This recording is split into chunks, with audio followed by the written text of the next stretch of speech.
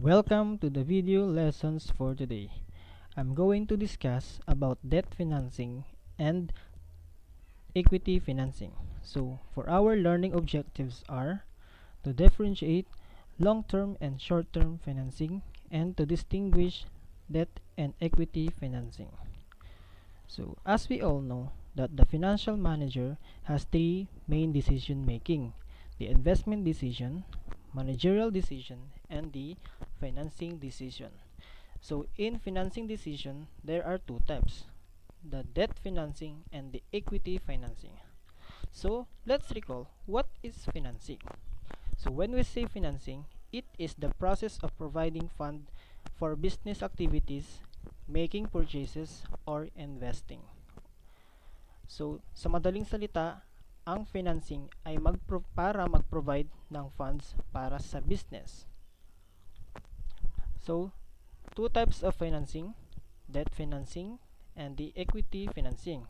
So when we say debt financing, it involves the money borrowed from the external lender, such as bank or lending company. So in equity financing, it is investing your own money or fund from the other investors in exchange for a partial ownership.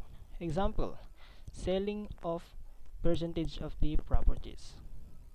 So for example, as a business student, so for example, meron kang business at naubusan ka ng pera. So, merong dalawang kang choice na pwede mong gawin sa financing. Pwede mong gawin ang umutang or magbenta ng gamit. So, pag sinabing umutang, which is the debt financing. So, magbenta ng gamit or mas equity financing. So, para magkaroon ka ng cash, pera, pwede kang umutang or magbenta ng gamit para makapag-provide ka ng pera sa business.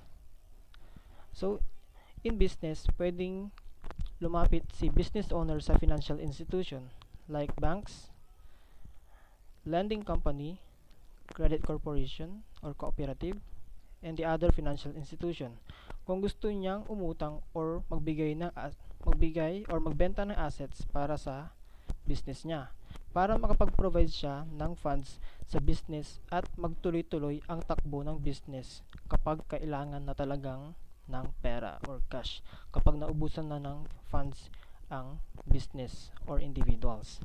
Pwedeng lumapit sa financial institution para umutang or magbenta ng mga properties. So, ano ba what is the difference between debt financing and equity financing? So, when we say debt financing, it is a short-term financing because you can borrow at the financial institution anytime. So, kapag sa equity financing naman, long-term financing yan, because in selling of percentage of the business like properties are too long to process. So for example, kapag bebenta ka ng properties mo, for example lupa, kapag ibebenta mo yan, matagal ang proseso. Bakit? Kasi kailangan mo pa ng maraming papeles na certificate na dapat mong pirmahan or i-process bago mo agad mabenta yung mga properties na yun. Hindi tulad sa debt financing, kapag umutang ka, makakakuha ka agad ng cash or funds na pwede mong gamitin sa business. So in debt financing, only to pay is interest. Ibig sabihin, ang babayaran mo lang ay interest pat kasama nung binayaran mong utang. So sa equity financing naman, it is costly because you will pay a lot of expenses like taxes. So for example, in equity financing, kapag nagbenta ka ng properties, costly siya dahil magbabayad ka ng maraming expenses katulad ng tax and interest. Marami kang babayarang taxes dahil nagbebenta ka ng properties. So in debt financing, it is risky if you can pay the loan on time because you'll pay a lot of penalty. So kapag sa business, 'di ba, for example, kapag umuutang ka, pag hindi ka nakapagbayad, yung interest pwedeng madagdagan kasi hindi ka nakakapagbayad.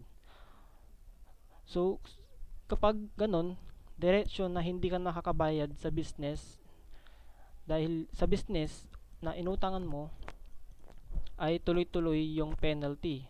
So, ang tendency nun, kapag hindi ka nakapagbayad on time at sobrang laki na ng utang mo, pwedeng kunin nila yung business mo.